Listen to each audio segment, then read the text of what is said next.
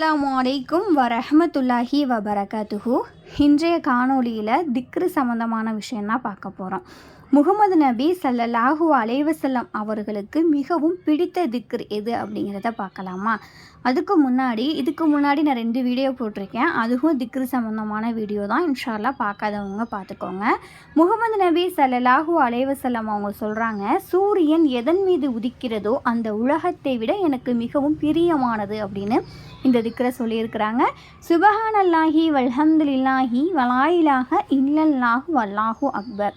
இந்த திக்ரில் அவன் தூயவன், அவனை புகழக்கூடிய வார்த்தைகளாக தான் வரும். அனைத்து புகழும் அவனுக்கே, அவனை தவிர வேறு யாரும் இல்லை, அவன் பெரியவன். அல்லாஹுக்கு புகழ்கிறது ரொம்ப ரொம்ப பிடிக்கும் இல்லையா? நம்ம இந்த வார்த்தைகளை சொல்கிறதுனால அல்லாஹுவை புகழ்கிறோம், அல்லாஹுடைய பிரியத்தையும் நம்ம நினச்சிடும் பெறக்கூடியவங்களாக இருக்கோம். இன்ஷா அல்லாஹ் அதிகமாக இந்த திக்ரை நம்ம சொல்லி நன்மைகளை பெறலாம்.